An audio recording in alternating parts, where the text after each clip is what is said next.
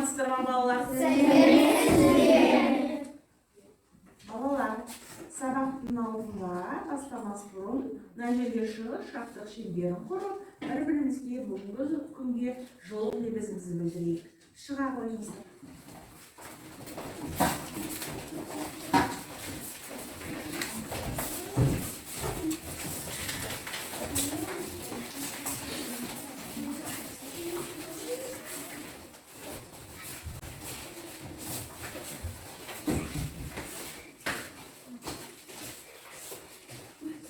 Ал қане бастайық.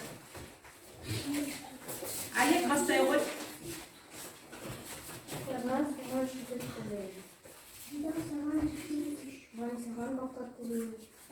Совсем корнышты. Видите, Сахана, Кушубол, Арсений, Арслан. Жақсы, Кушубол. Равиль, Сахана, Никита, Сарян. У нас там перекидаем камеру.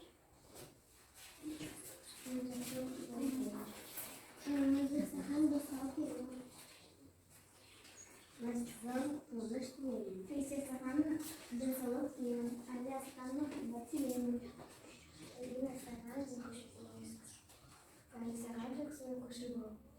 Вера Сахана попытывает. Вика Сахана попытывает. Он сегодня Кристина. Вера Сахана попытывает. Влада Сахана попытывает. Жақсы балалар, орнымызға отырайық.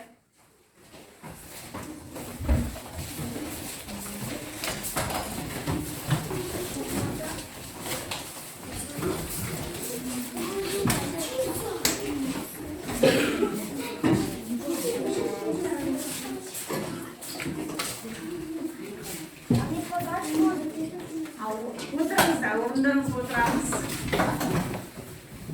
Балалар, біз өткен сабақта сіздермен Талғат Мұсабаев тақырыбын өткен болатынбыз. Талғат Мұсабаев туралы мәлімет алдық, мәнді сөздерді іздеп тауып үйрендік, жаңа сөздермен таныстық. Ал енді олай болатын болса, балалар, өткен сабақтың жаңа сөзі әуе. Әуе сөзі қалай аударылады? Әуе. Перевод әуе.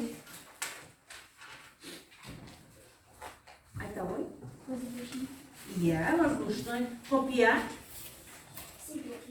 Секрет. Жымыңдау. Жақсы. Енді балалар, біз сіздермен сонымен қатар үйге тапсырма берген болатыны. Яғни үйде берілген сандарға қарап, Талғат Мұсабаев туралы болжам жасап келу. Балалар, кім айтады? 309 дейді. 309 саны нені білдіреді? Карина. Талғат Мұсабаев қазақстан екінші әлемдік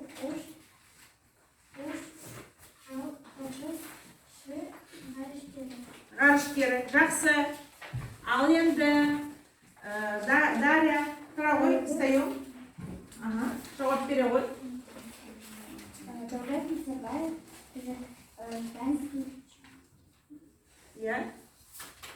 Яғни 07-01 7 қаңтарда туылған. Жақсы.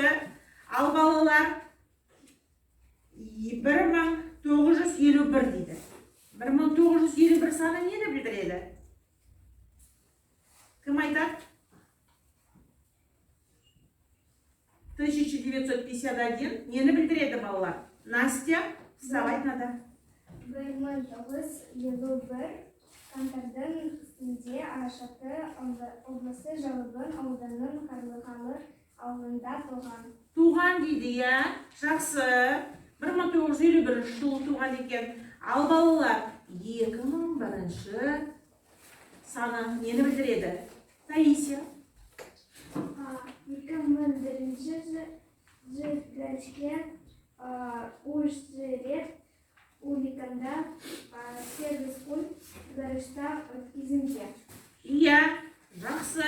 Отыра қой. Қанағаттандырарлық жауабы. Ал балалар, енді 30 саны нені білдіреді? 30. Aliye. Бұл бір ай ішінде бес рет үрдіс серісіне ұшып ғарышта болған сапары үшін Венустың орташа затына еді. Жақсы. Яғни ол жаңағы бір ай ішінде 5 рет, яғни 30 сағат 8 минут ашық ғарышта болған сапар үшін Гиннес рекордтар кітабына енген дейді. Жауабы өте жақсы. Ендеше олай болатын болса, балалар, біз сіздермен мына ғарышқа саяхат бөлімі бойынша Талғат Мұсабаевты өттік. Одан кейін балалар кім айтады маған? Осы ұшқыш тақырыбына, ұшқыш туралы қандай өлеңдер білесіздер? Қандай өлеңдер білесіздер? Какие вы знаете стихотворения? Ұшқыш тақырыбына. Кім айтады? Таисия? Ұшқыш болам дейді. Жақсы. Ал балалар естеріңізде ме? Кім оны жатқа айтып береді? Жатқа өлең білеміз ба? Стихотворение наизусть вы знаете? Ал айта ғой, Ирина. Ұшқыш балам, көкке ұшамын, ұшқыш баламын. Ұшқыш болар баламын. Зулайым, Мұсабаевтай ағаның көкке Көк аспанды сөзідағы өте жақсы балалар, я? Элина бізге ұшқыш болам өлеңін, яғни Молдағалиевтің оқып берді. Өте жақсы. Енді балалар, осы ғарышқа саяхат бөлімі бойынша біз әрі қарай сіздермен жалғастырамыз. Тағы бір біздің ғарышкеріміз Айдын Бетов туралы оқимыз. Яғни кіммен, немен сұрақтарға қолдануды үйренеміз. Ендеше балалар, осы сабақта, яғни қол жеткізетін біздің оқу мақсатымыз шығарманың кейіпкері туралы пікірлерді менің түсінігім бойынша, менің ойымша, менің пікірім бойынша, кейбір адамдардың ойынша салыстыра отырып бағалаймыз. Ендеше бүгінгі дәптерді ашыңдар. Сәуірдің 11-і сынып жұмысы, сабағымыздың тақырыбы Айдын Айбетов.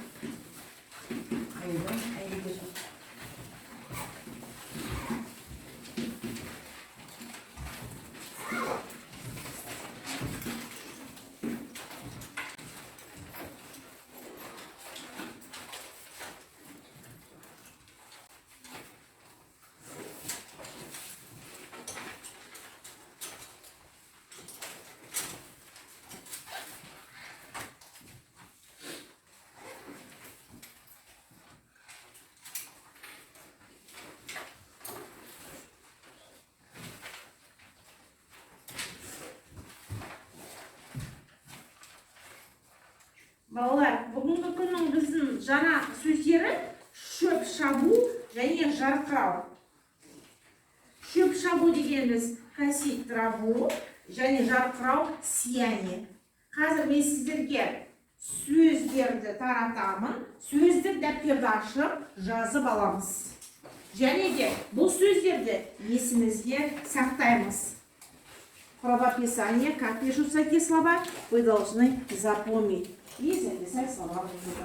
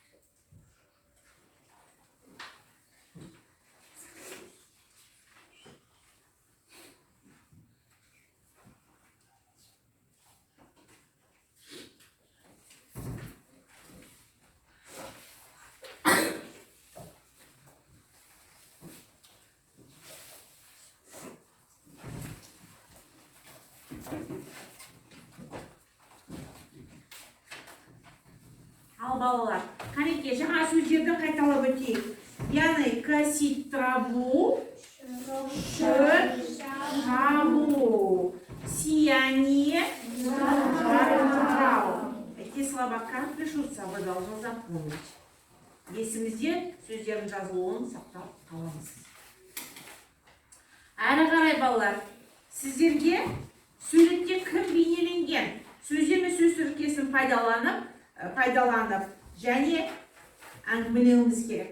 Балалар, қазір мен сіздерге көрсетемін. Мына суретті, яғни бізде мына жерде кім?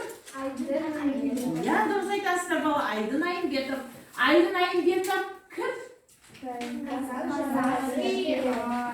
Қазақ ғарышкері. Я тамаша, балалар дұрыс жауаптар.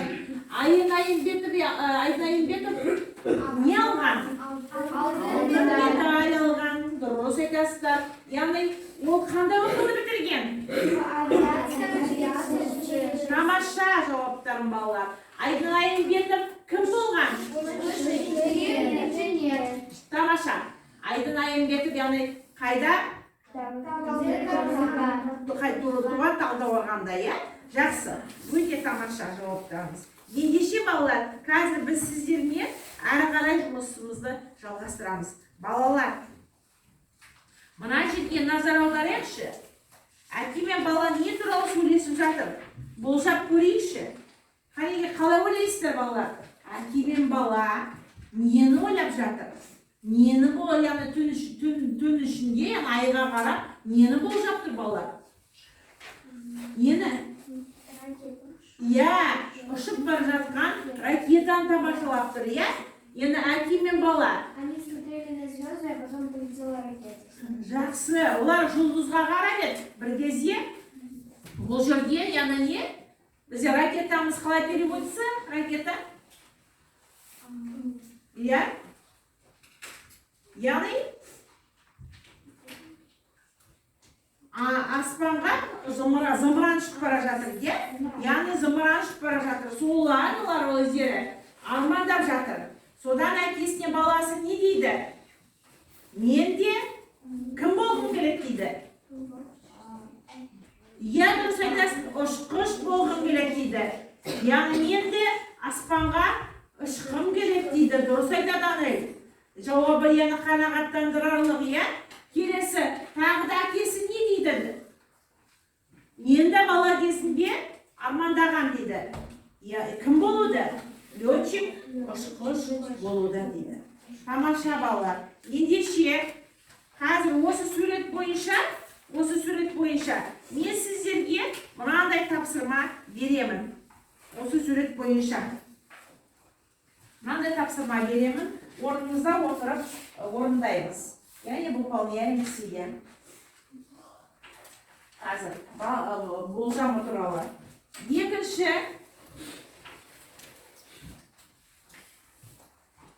Екінші бізге Алия жұмыс жасасын.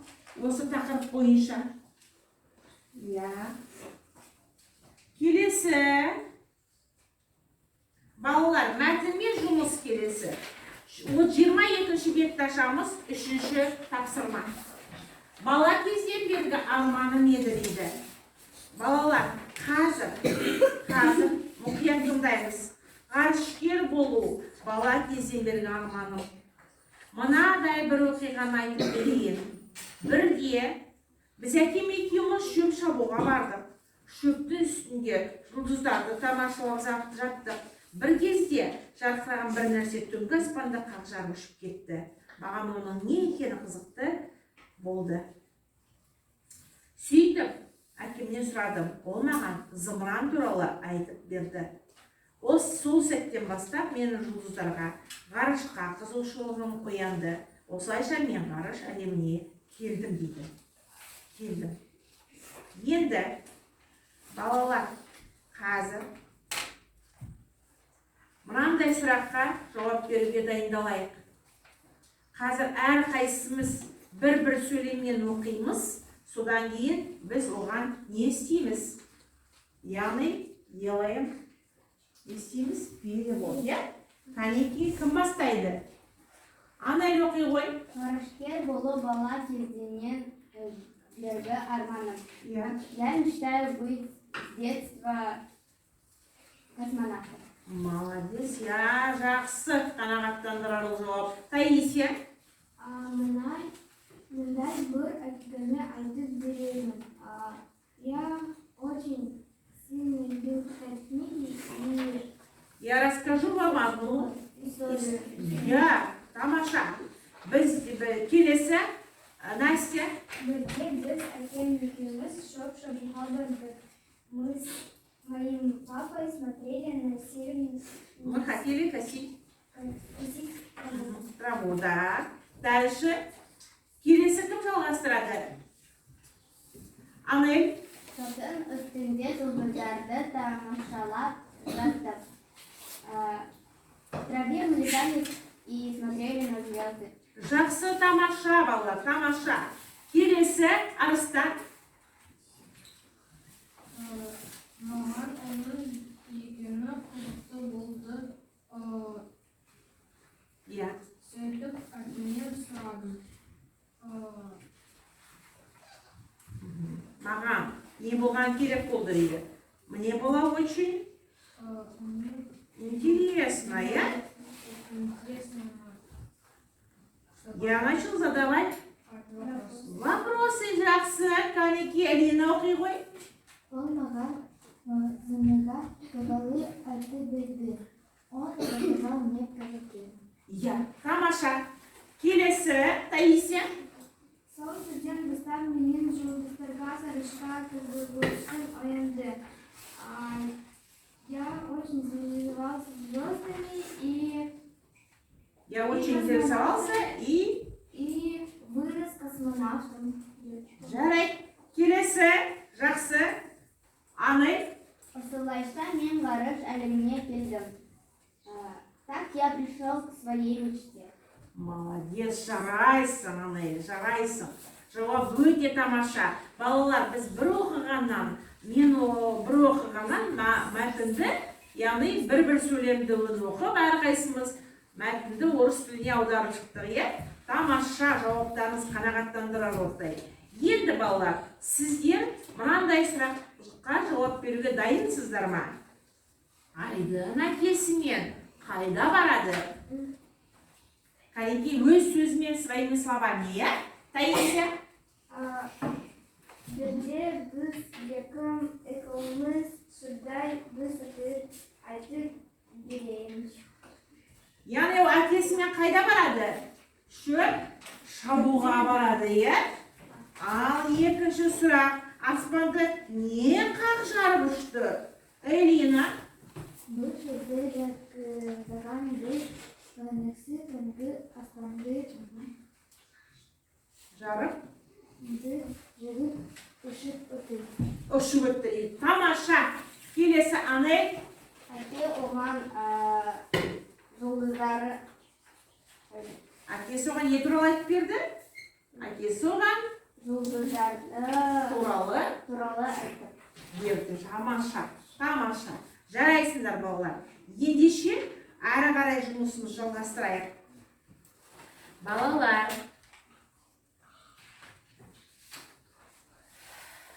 Үлгі бойынша сөйлем құрап айтайық, иә? Сөйлем құрап айтайық. Мына жерге балалар үлгі бойынша сөйлем құрайық. Кім шығады, Канеки? Тақта мына жерге кім шығады? Алия шыға ғой. Шыға ғой. Канеки, ұстай ғой парақты. Енді айта ғой. Қаламды алып, түсіндіре ғой. Яғни, Айдайымбетов ғарышқа зымыранмен ұшты дейді. Яғни сұрақ белгісейді. Мынау ненің суреті? Дұрыс, қалам. Қалам бізге қай сұраққа жауап береді? Немен дейді? Келесі? Автобус, я автобус. Қандай? Немен екен дұрыс айтасың? Ал енді үшінші бізде? Ғарышкер. Молодец, жарайсың, кіммен? Келесі тапсырмамыз? Балалар. Кіммен? Тамаша. Келесі суретіміз? Зымыран. Немен? Зымыранмен екен балалар. Өзім айтып көрдім. Келесі суретіміз қандай? Немен? Одан кейін балалар жалпы суретіміз отбасы кіммен? Тамаша. Отыра ғой Әлия. Тамаша. Ендеше балалар, бері қарап тағы да біз сіздермен қайталап өтейік. Яғни ғарышқа зымыранмен ұшты, иә? Үлгі бойынша сөйлем құраймыз енді балалар. Мы данными рисунками составляем сейчас предложение. Балалар, Айдын Айымбетов ғарышқа немен ұшты? Зымыранмен ұшты. Зымыранмен ұшты, иә? Яғни Айдын Айымбетов, яғни туралы кімдер әңгіме болды? Отбасы әңгіме құрды. Келесі, Айдын Айымбетов туралы, яғни кіммен сұхбаттастық? Балалармен сұхбаттастық. Ендеше олай болатын болса, тақтаға қазір кім шығады? Сөйлем құраймыз. Қане, кіммен, немен? Зымыранмен балалар, қаламдар. Қаламмен деді. Бірінші сөзіміз біздің қалам ғой, е? Қалам мен. Екінші сөзіміз біздің автобуспен. Автобуспен.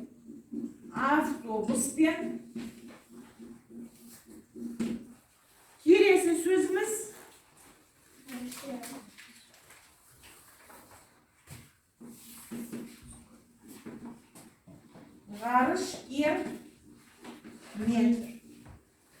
ғарышкермен. Одан кейін балалармен.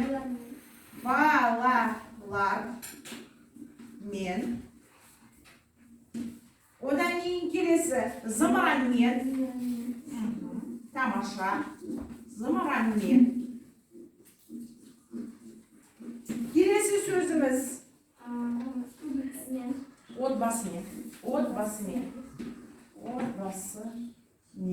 Міне, балалар, бірінші сөйлеміміз біздің, яғни Айдын Айымбетов ғарышқа зымыранмен ұшты, е?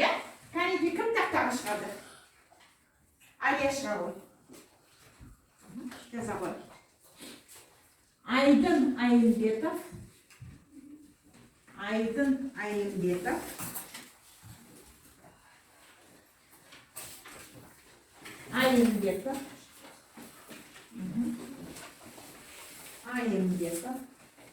Дұрыс.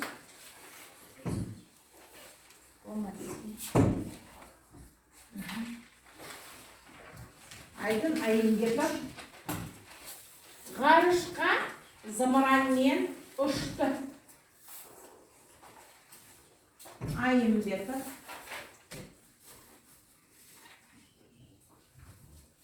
ғарышқа зымыранмен ұшты.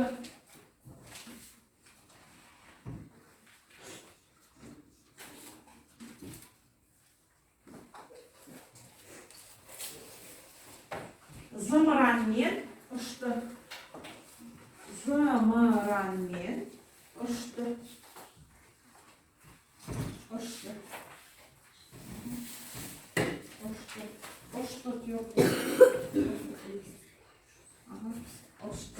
Ал енді, балалар, қанеке, бері қараңдар.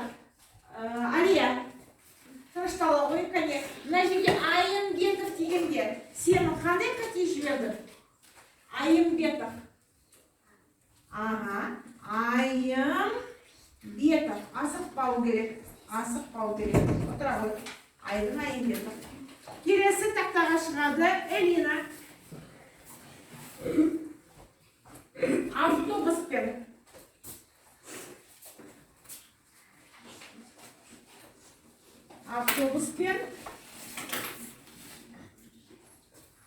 Үйге қайттық.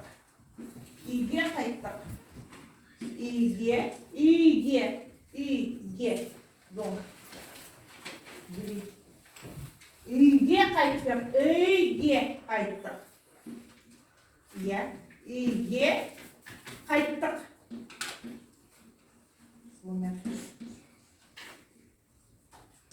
Қайттық.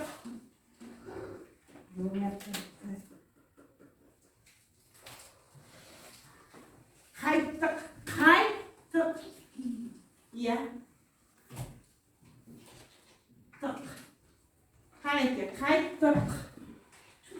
Отыра ғой, жақсы отыра ғой. Келесі сөзіміз ғарышкермен. Предложение ваши, ғарышкермен. Готовы? Бар ма кімде қандай сөйлем? Ғарышкермен. Ғарышкермен. Анай? Ғарышкермен сөйлестім. Сөйлестім, жаза ғой. Мен ғарышкермен сұхбаттастым болсын. Мен ғарышкермен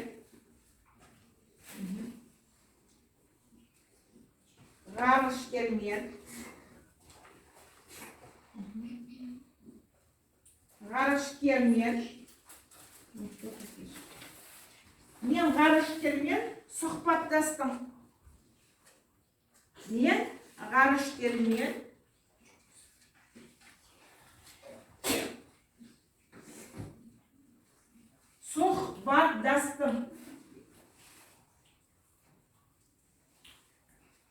сұхбаттастым.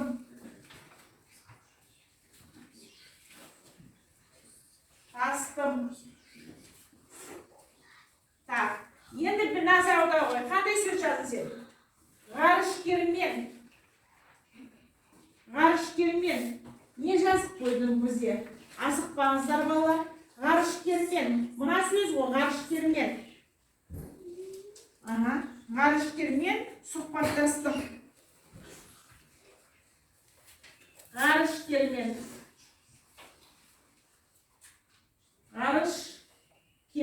сұхбаттастым.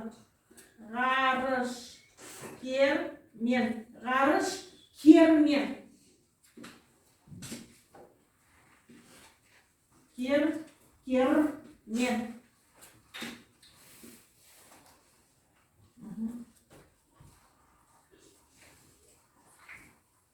Отыра ғой. Ғарышкермен.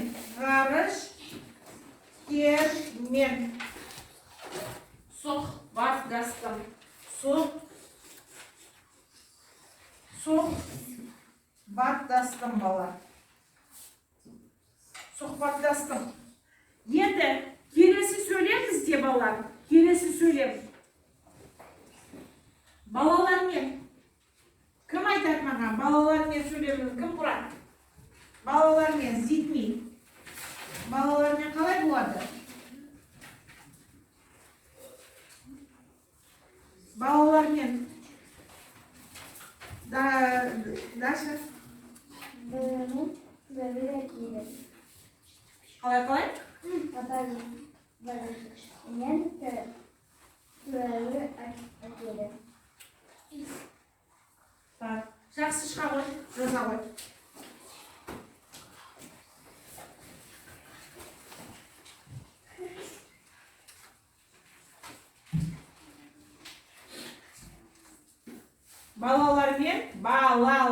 Балалар, асықпаймыз. Балалармен. Не жазып жатырмыз? Балалармен ғой. Балалармен. Яғни жаза ғой. Ғарышкер балалармен.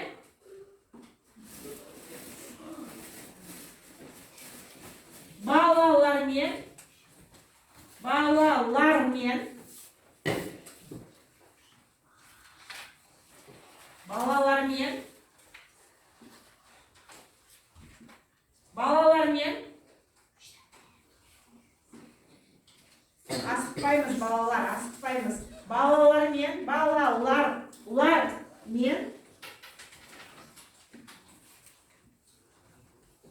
Бірге барамыз.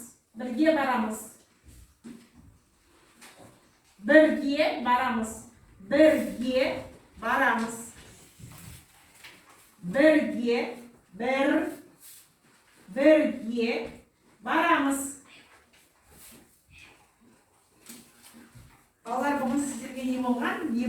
Бірге барамыз. Мы идем вместе с детьми. Бірге барамыз. Асықпаймыз балалар. Күнделікті, яғни барамыз.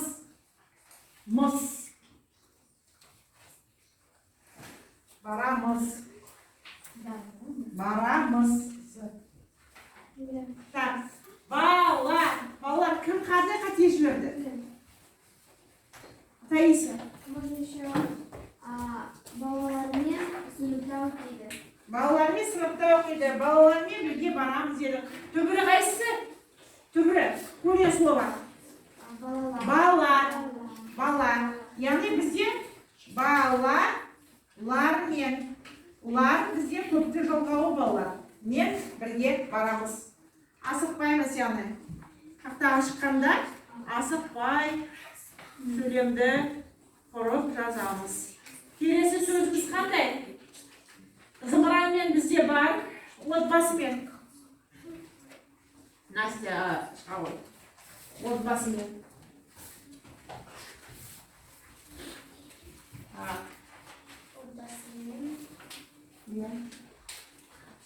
Отбасымен.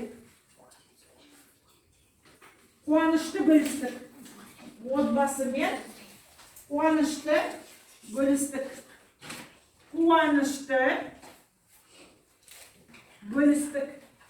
Қуанышты бөлістік. Қуанышты бөлістік.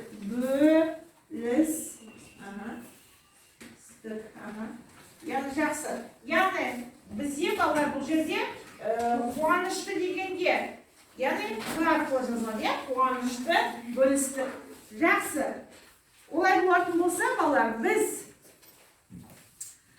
яғни үлгі бойынша сөйлем құрап жаздық. Сөздер, яғни қандай сөздер? Кіммен, немен сұрағына жауап беретін. Кіммен дедік, мысалы, отбасымен, кіммен, яғни ғарышкермен, кіммен, балалармен. Ал немен сұрағына жауап береді бізде? Қаламен, автобуспен, зымыранмен. Тамаша.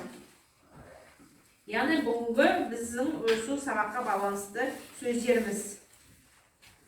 Енді балалар, қазір бізде сурет орнына сөздерді қойып оқуымыз керек, балалар. Сурет орнына сөздерді қойып оқимыз. Яғни мынандай тапсырма сіздерге, балалар. Қазір бізге тақтаға яғни шығады. Сөздер бойынша орнына қойып оқимыз. Кәлеке, Таиса шыға ғой. Айдын Айымбетов, қазақ Шыға ғой, берілген жерге шығып, көрсете ғой. Айдын Айымбетов. Айдын Айымбетов, қазақ ғарышкері. Ғарышкер екен, тамаша. Келесі Настя. Шығып айта ғой, яғни. Ол ғарышкері болуды армандаған. Ол, яғни ғарышкер болуды армандаған дейді. Яғни ғарышкер болуды армандаған. Келесі кім шығады тағы да? Таиса. Ол училище. Ол училищесін алтын медальға бітірді дейді. Олай болатын болса, дұрыс айтасыздар, балалар. Қазір тақтаға шықпаған балалар шығады. Сөйлем құрастырамыз. Кәлеке, Айдын Айымбетов, қазақ ғарышкері. Балалар, Айдын, яғни Айдын Айымбетов, қазақ ғарышкері. Тақтаға кім шығады? Настя шыға ғой.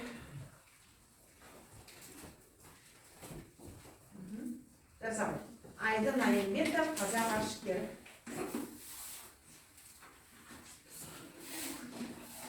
Айымбетов, қазақ ғарышкері.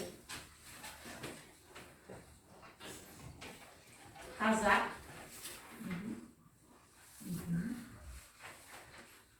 Ғарышкері.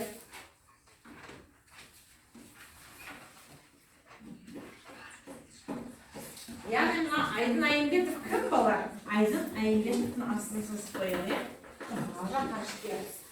Келесі екінші сөйлеміміз біздің Алияшқа ғой.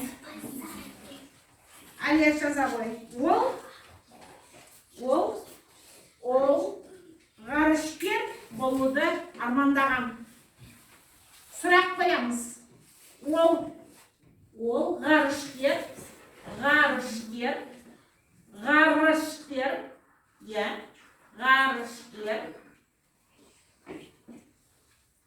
болуды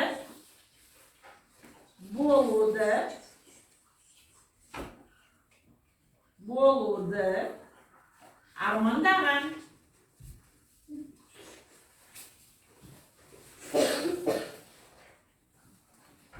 Армандаған. Арман. Я. Даған. Енді тырыштал, енді ақан ғарышкер деді. Яғни сұрақ қоямыз. Ол кім болуды армандаған? Яғни ғарышкер болуды, я? Енді переведи, пожалуйста. Қалай бұл болады жүзі сөйлеміз? Он мечтал быть космонавтом. Тамаша, отыра ғой, жақсы. Келесі Таисия шыға ғой.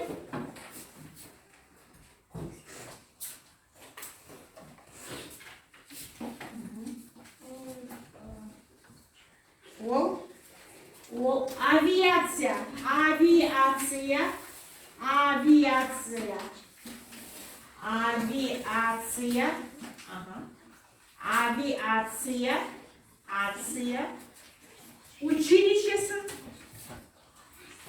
Училищесін. Алтын медальға бітірді. Алтын медальға бітірді.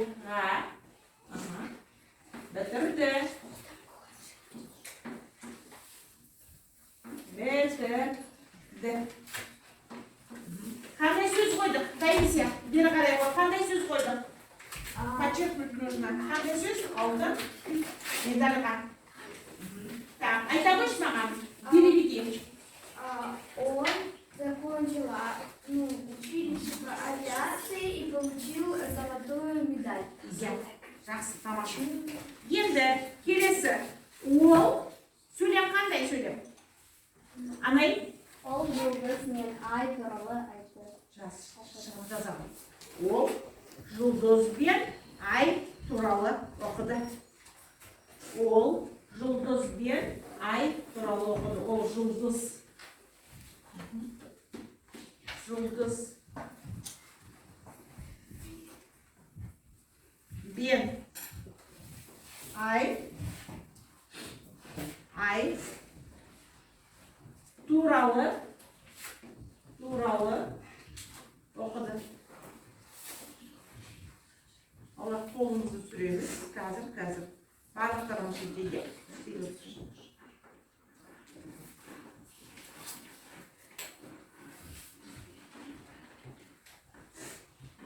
Оқыды. Тамаша. Яғни ол переведи, Аналя. Перевод қалай болды? Ол жұлдыз мен ай туралы оқыды. Қандай сөз қойдық? Он стал? Он читал про жұлдыз и луну. Про луну и звезды. Тамаша, жақсы. Яғни балалар, ең соңғы сөйлеміміз ол келесі бізде кім шығады? Зымыран. Жаза ғой. Ол зымыранмен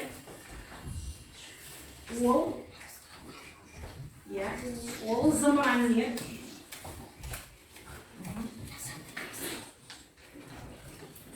зымыранмен 2015 жылы ұшты. 2015 жылы ұшты. Так, жақсы. Яғни переведи, Настя, қалай болады? Это пролетело в 2015 году. Жақсы, отырамын. Енді балалар, бері қараңыздар. Яғни біз сіздермен бүгін білдік, яғни сабағымызда сонымен қатар нені балалар? Яғни Айдын Айымбетов дедік, Айдын Айымбетов, яғни бізде не болған? Кіммен емес сұрақтарына қолдануды үйрендік сабақта, бұл тақырыпқа байланысты. Кіммен дедік мысалы? Отбасымен, кіммен? Ғарышкермен, кіммен? Балалармен. Ал немен? Немен сұрағына жауап беретін? Қандай сұрақтар? Автобуспен, немен? Зымыранмен, немен? Тағы да немен? яғни Arkadaşım вот яғни жоқ қаламмен деп қалады, қаламмен немен. Тамаша. Ендеше балалар олай болатын болса, Тимур бері қара. Тимур бері қара. Олай болатын болса, балалар, Айдын Айымбетовтың мамандығы кім? По профессии мамандығы кім? Айдын Айымбетовтың. Айта ғой, Настя. Aydın Ayınbetовтың мамандығы қазақ дәріскері. Қазақ әшкері дейді. Переводы қалай? Айдын Айымбетов. Космонавт, тамаша. Ол қандай училищені бітірді? Айта ғой, Таисия. Ол авиация училищесі алтын медальға бітірді. Бітірді, тамаша. Жақсы. Өзің болашақта кім болғың келеді? Кім болғың келеді болашақта? Яғни, айта ғой, Таисия. Aydın Ayınbetов бұл ұшқыш инженер. Я болғысы келеді, тамаша. Орнымыздан тұрамыз. Кәнекей балалар, сергіту сәтін жүргізейік. Қайық қанат жасайық, қарлығаш боп ұшайық, ұшып алайық, орнымызға қонайық. Отырыңыздар. Балалар, сонымен қатар сіздер үйде бала кезден бергі арманым еді. 3-ші тапсырма мәтінді оқып, мазмұндап келеміз. Содан сұрақтарға жауап береміз. Айдын Айымбетов кім болған, ол қандай училищені бітірген, өзі болашақта кім болғың келеді. Осы жоспар бойынша үйде шағыз қарап шығарма жазып келеміз. Енді күнделікті ашыңдар. 7-ші тапсырма 23-ші бет болады. 7-ші тапсырма 23-ші бет. Және де тақырыпты балалар мазмұндау. Балалар, бүгін сабақта өте жақсы жауап бергендерді өте жақсы деген бағамен бағалаймын. Бұл бізде әлі жақсы жұмыс жасаған Элина, Анель, Даша, Алия, Таисия, Настя, Карина. Жақсы деген бағаға бағалаймын. Арыстан. Содан кейін бізде жұмыс жасаған, яғни кім жаңағы Арыстанды бағалаймын жақсыға. Ал балалар қалғандарымыз сіздерді өте жақсы қосылып отырыңыздар жауапқа. Сол себептен де жақсымен өте жақсы деген қатарға қосылуыңызға тілектеспін. Ал балалар, қазір сабақты бүгінгі тақырыпта Айдын Айымбетов тақырыбын кіммен емес сұрағына жауап берген, яғни жауап жүргізген тақырыптарды қалай түсіндік. Сол себептен де алдыңыздарыңызға жатқан стикерға жазып, мына яғни алма ағашына келіп жабыстыра қойыңыздар. Мен содан кейін сіздерді ескеремін, қалай сабақты меңгергенін.